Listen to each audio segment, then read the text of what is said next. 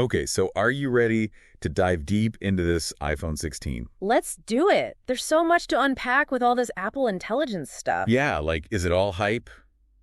Or is this really going to change things? That's kind of our mission today. Right on. We've got a ton of sources to help us figure that out. Oh, yeah. Like what? We've got articles from Apple itself. Okay, straight from the source. And some tech sites like Phone Arena, Tech Target, and D-Rocks did a crazy in-depth thing. Oh, and Forbes and Tech Insights have some thoughts on the costs and all that. Cool. So we're going to see if it's all worth the price tag, too. Exactly. All right. So where do we start? What's the big deal with this Apple Intelligence anyway? Well, I think one of the most interesting things is how they're handling privacy. Oh, yeah. I read about that. They're doing a lot of the AI processing right on the device. Yeah, instead of sending all your data to the cloud. Which is a big deal these days, right? Huge. So how does that even work? Like, what does that actually mean for my data? So for the more basic stuff, it all happens right there on your iPhone. Okay, that makes sense. But for the more complex stuff, they've got this thing called private cloud compute. Never heard of that. It's like a way to tap into the cloud's power without actually sending your data there. So even when it needs extra muscle, my data stays put. Exactly. It's pretty impressive, actually. Yeah, Apple's really pushing this privacy angle. Okay, but privacy is only part of the equation, right? What about the actual features themselves? Right. Well, one of the things that jumped out at me were these new writing tools. Oh, the AI grammar checker thing. It's way more than that. Think like a little editor in your pocket. Okay, like it can help me write better. Way better. It helps with grammar, yeah, but also tone, clarity, even summarizing long documents. Seriously? That's kind of wild. And get this, it's not just in a few Apple apps. It works system-wide. Whoa, so like in any app where I write. You got it. Emails, texts, notes, the whole shebang. No more embarrassing typos in my late-night texts then. Nice. Think bigger. Imagine writing a casual email to a friend. Then, boom, one tap, and it transforms into a professional tone for work. Oh, wow. Okay, that's actually super useful. Right. And that's kind of the vibe I get with a lot of these Apple Intelligence features. Like, they're anticipating what you need before you even know you need it. Yeah, I see that. And speaking of anticipating needs, what about Siri? Oh, Siri got a major AI glow up. Yeah, she's not just looking different. She's supposed to be way smarter now. Way more conversational, yeah. And context aware. Like, it actually remembers what you talked about before. No more repeating myself like a broken record. Exactly. Plus, you can actually type to Siri now, too. Oh, that's cool. Sometimes you don't want to be talking to your phone out loud. Totally. They finally figured that out. But the biggest change is the ChatGPT integration. Wait, they're using ChatGPT, like the AI chatbot everyone's talking about. Yep. They're basically giving Siri access to a huge knowledge base and making it way better at understanding natural language. So now Siri can hold a real conversation. Pretty much. It can answer complex questions even if you phrase things weirdly. Okay, that's a big step up from the old Siri. But wait a minute, what about privacy? I thought we were talking about keeping my data on my device. Good point. They address that directly. Huh. Before anything gets shared with ChatGPT, you get a pop-up asking for permission. So you're in control. Phew, okay. I'm all for AI that makes my life easier, but not if it's going to compromise my privacy. For sure. They seem to be walking that line pretty carefully. Okay, good. So what else is there? What other features really stood out to you? Well, we got to talk about the camera. This visual intelligence thing is straight out of sci-fi. Oh, yeah, I saw that. It's like you point your camera at anything and it instantly tells you about it. Exactly. Historical facts about landmarks, translations of restaurant menus, like having a walking encyclopedia in your pocket. Pretty wild. And they're doing all that processing on the device too, right? Yeah, again, big emphasis on privacy. Okay, so no creepy cloud servers snooping on what I'm looking at. Good to know. And this is just the beginning. Think about pointing your phone at a product and instantly seeing reviews, price comparisons, even buying it right there. Okay, I'm sold. But let's be real. This all sounds amazing, but doesn't all this AI stuff just drain your battery like crazy? That's a valid concern. And it's something a lot of the tech reviewers are talking about. So like, using Apple Intelligence means I'm going to be tethered to a charger all day. Not necessarily. Apple is usually pretty good at optimizing for battery life. Plus, the iPhone 16 has that new A18 chip. Which is designed for AI, right? Yeah, it can handle the heavy lifting without killing your battery. Okay, that makes sense. But what about people who aren't ready to upgrade to the iPhone 16? Are they just out of luck? That's a good question. And unfortunately, yeah, it seems like most of these fancy AI features need that A18 chip. Bummer. So if you've got an older iPhone, you miss out. It does seem like they're creating a bit of a divide between those who have the latest hardware and those who don't. Yeah, and it's not just about missing out on cool features. It's about access to potentially life-changing tools, you know? Absolutely. It's definitely something to think about as this tech becomes more and more powerful. Okay, so maybe not the best news for people with older iPhones, but there's still got to be something for everyone, right? What about photos? Oh, there's a ton of cool AI stuff happening there. Like what?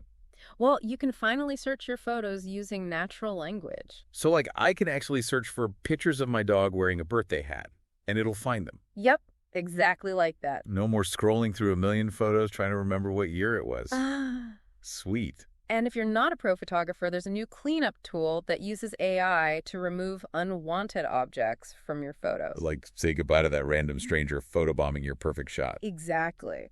But it gets even better. They're rolling out more AI photo features in December, including Genmoji. Hold on, Genmoji? What in the world are those? Basically, they're personalized emojis based on your face. Oh, so like super customized Bitmojis. Think that, but with Apple's signature design. Okay, so I can finally have an emoji that accurately reflects my morning grumpiness. Haha, exactly. And if you're feeling artsy, there's also a new app coming out in December called Image Playground. It lets you generate crazy, unique images using AI. Oh, wow. Okay, so it's not just about practical stuff. It's about getting creative with AI, too. I like that. But all this stuff, Yeah. won't it eat up all the storage on my phone? You know, that's a good question, and honestly, it's something I haven't seen addressed in any of the articles. It'll be interesting to see how Apple handles that. Yeah, that's a good point. Okay, one last thing before we take a break. We've got to talk about the cost, right? Right. I read a Forbes article that mentioned there might be some hidden costs with all this, especially with that ChatGPT integration. Yeah, that's true. While a lot of the core stuff is free, there's a potential cost if you use ChatGPT a lot. So like a freemium model. Exactly. You can use it for free up to a point, but then you might have to pay for ChatGPT Plus.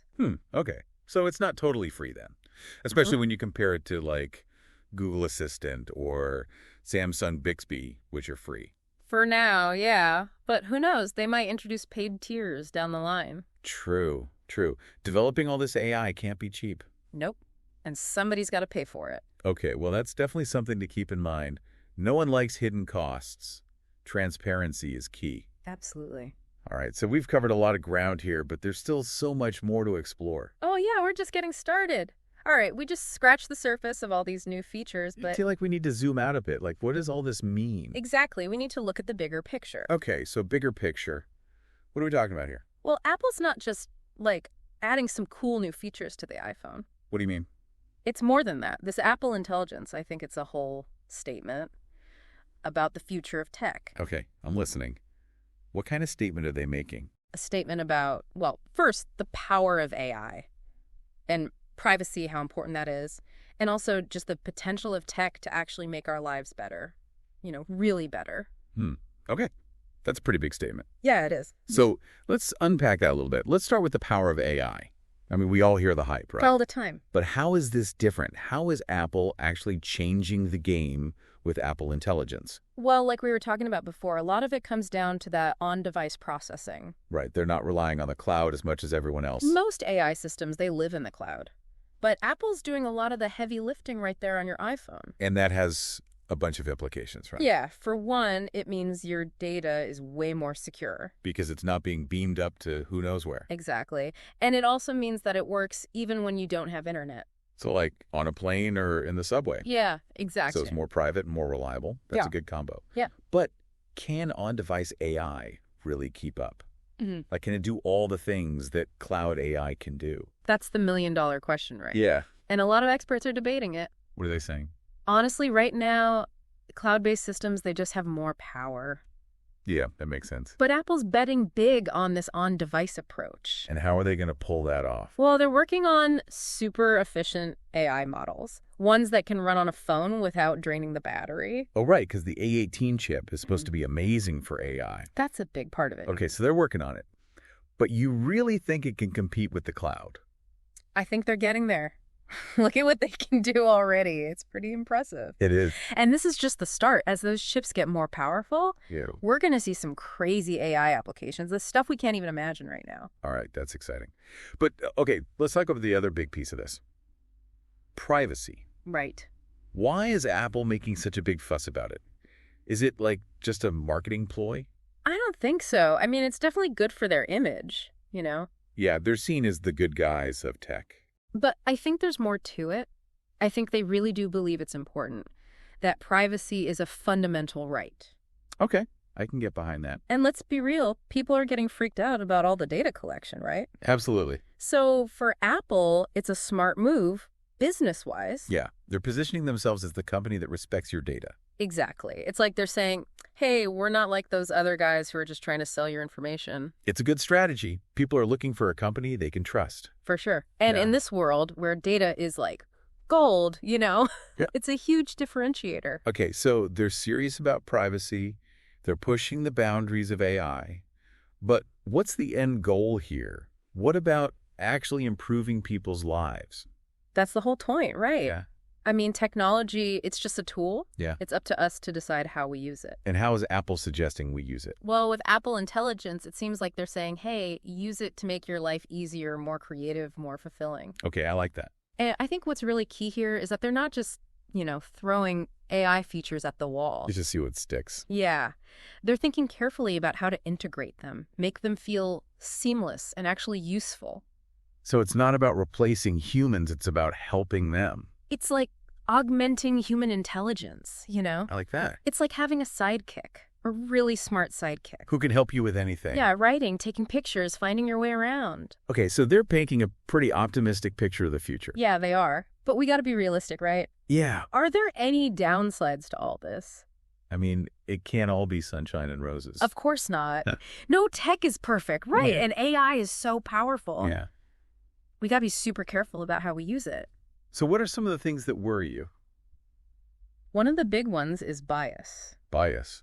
Like how? Well, AI is trained on data, right? Yeah. And if that data is biased, the AI will be biased too. Oh, I see. Like, if it's trained on data that's mostly from men, it might not work as well for women. Or if it's trained on data that reflects racial stereotypes, it could perpetuate those stereotypes. Exactly. And that can have real-world consequences. Like, imagine AI being used to decide who gets a loan or who gets hired. That's kind of scary. Sure. So how do we stop that from happening? How do we make sure AI is fair? Well, it starts with the data. Making sure it's diverse and representative of everyone. Right. And then we have to constantly test AI systems for bias. And if we find it, we got to fix it. It's like an ongoing process. Yeah, it's a tough problem to solve, but we got to keep working on it. Okay, bias, that's one thing. What else keeps you up at night? Honestly, jobs? Like AI taking our jobs? Yeah. As AI gets smarter, it's going to be able to do more and more things that humans do now. And that means fewer jobs for us. It's a real possibility. And it's something we got to start planning for. Like, how are we going to retrain people for the jobs of the future? Yeah, that's a huge question. What happens to people whose jobs are replaced by robots? Exactly. We got to make sure those people aren't left behind. Okay, so bias and jobs, those are two biggies. What else? Well, there's also the question of control. Like, as AI gets more and more powerful, Yeah. we got to make sure we stay in control, right? Right. We don't want to create something that we can't control. That's getting into sci-fi territory now. I know it sounds crazy, but it's something we got to think about. Like, how do we build safeguards into AI? To make sure it doesn't, turn against us. Exactly. Like, we need a set of rules for AI. We do. Like, ethical guidelines for how it's developed and used. That's a tall order. It is. But it's important. The stakes are high with this stuff. Okay, so we've talked about the good and the bad. The potential and the risks. What's the takeaway here? What should we be thinking about as we move forward with all this? I think the big takeaway is that AI, it's powerful, it's exciting, but it's also a little bit scary. It's like powerful, but potentially dangerous. Yeah, kind of. Yeah. And that's why these conversations are so important. We got to be talking about the ethics of AI, the risks, the benefits. And making sure it's used for good. Exactly. This Yeah. isn't just a tech issue. It's a societal issue. And we all need to be part of the conversation. Absolutely. Okay, before we move on, I want to circle back to Apple for a second. Sure. We talked about all the big issues with AI in general. Yeah. But how does Apple fit into all of this? How are they approaching all these challenges? Well, I think it's pretty clear they're trying to be the responsible ones, The good guys. Yeah. They're leading with privacy, focusing on on-device processing, trying to make sure these features actually help people. Okay, so they're trying to do AI the right way. I think so, yeah. They're not perfect, of course, but they seem to be headed in the right direction. It's definitely a different approach than some of the other big tech companies. Yeah, there's a big contrast there. Like Apple saying, we're going to do this thoughtfully, ethically, and some of the others are just like full steam ahead. Yeah, and I think people are noticing that difference. Okay, so maybe Apple Intelligence is a sign that we can have it both ways. Like what? Like we can have amazing technology that also respects our privacy, that makes our lives better without sacrificing our values. I like that. I'm glad you do, because we're about to explore even more of that in the final part of our deep dive. Oh, I'm ready. What's next?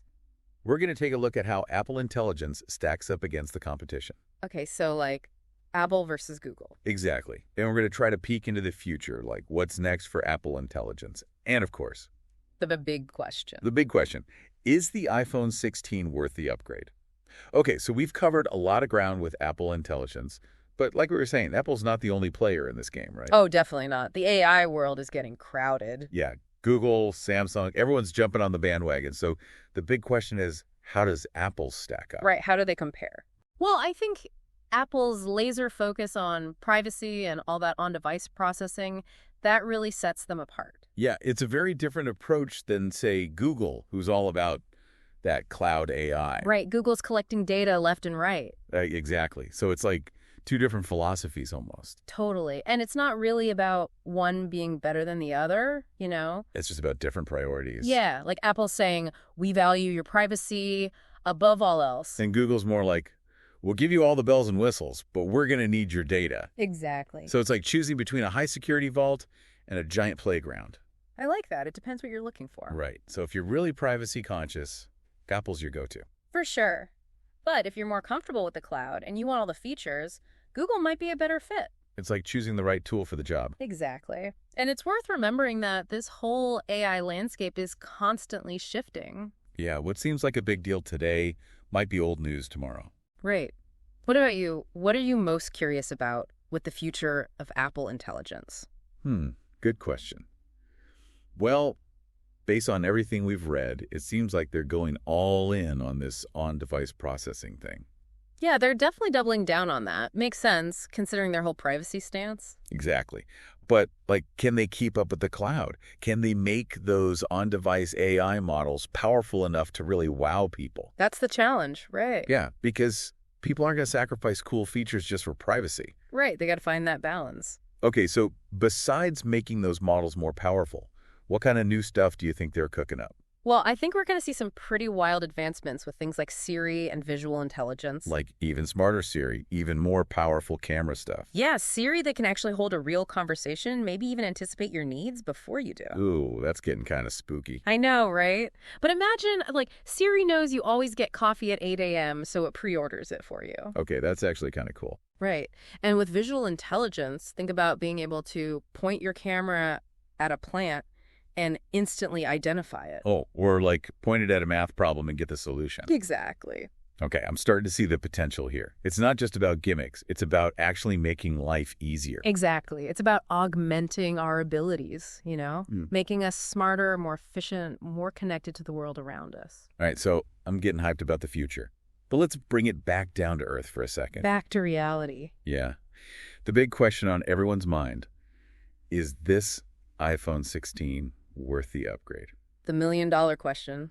Honestly, it's tough to give a straight answer. Yeah, it depends, right? It really does. Like, if you're all about privacy and you're excited about all this AI stuff, then yeah, it's probably a good move. But if you're perfectly happy with your current iPhone, maybe you don't need to rush out and buy a new one. Right, if it ain't broke, don't fix it. Right. Exactly.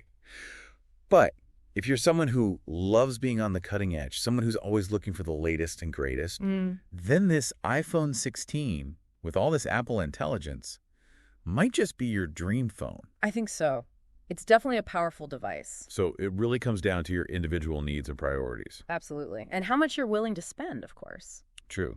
New phones aren't cheap. Nope. But I think the bigger point here is that technology should be a choice. It shouldn't be forced on anyone. Exactly. You got to weigh the costs and benefits and decide what's right for you. Well said. So as we wrap up this deep dive into Apple Intelligence, What's the main thing you want our listeners to remember? I think the key takeaway is that AI is a powerful force. It's already changing our world, and it's only going to get more powerful. Right, and it's not going away anytime soon. Exactly. So we need to be having these conversations thinking critically about the implications. The ethical implications, the potential risks, how to use it responsibly. Because AI is a tool, and like any tool, it can be used for good or for bad. It all comes down to the choices we made. And those choices, they're up to all of us. So let's make sure we're making the right ones. Absolutely. Well, on that note, I think it's time to sign off. Thanks for joining us on this deep dive into Apple Intelligence. It's been a fascinating journey. It really has. And as always, we encourage you to keep exploring, keep questioning, and keep diving deeper.